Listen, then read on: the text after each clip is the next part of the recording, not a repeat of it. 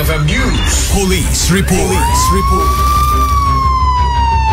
Impasingked ni Police Captain Rudy James Hacalne, Deputy Chief of Police iti Lawag City Police Station, nga agtultuloy iti kampanyada iti illegal a droga. Kuna ti opisyal nga uri drug-free iti may sa barangay no saan ang makikooperar iti drug surrendery wenno tattao nga da iti pakainaigan na iti droga ket awan manen iti magapgapuanan da. Nakuna daytoy iti opisyal kalpasan anatiliw iti may sa residente iti barangay 46 Nalbo Lawag City nga agtawen iti 20 ket maysa.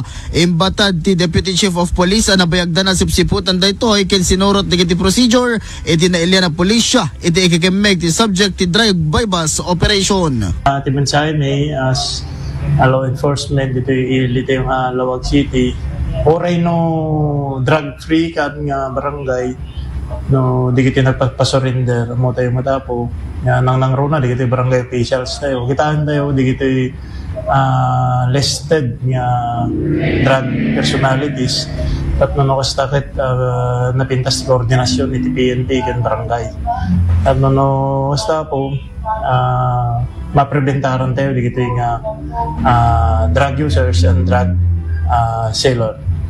Impaka mo iti PNP Lawag nga saan da nga agsardeng nga agtiliw kadagiti kastoy iti aramid na kang runaan na iti panagsalungasing iti RA 9165 wenno Comprehensive Dangerous Drugs Act of 2002. Para iti IFM News, Idol Lawrence Corpus Martinez, Tata Aremel.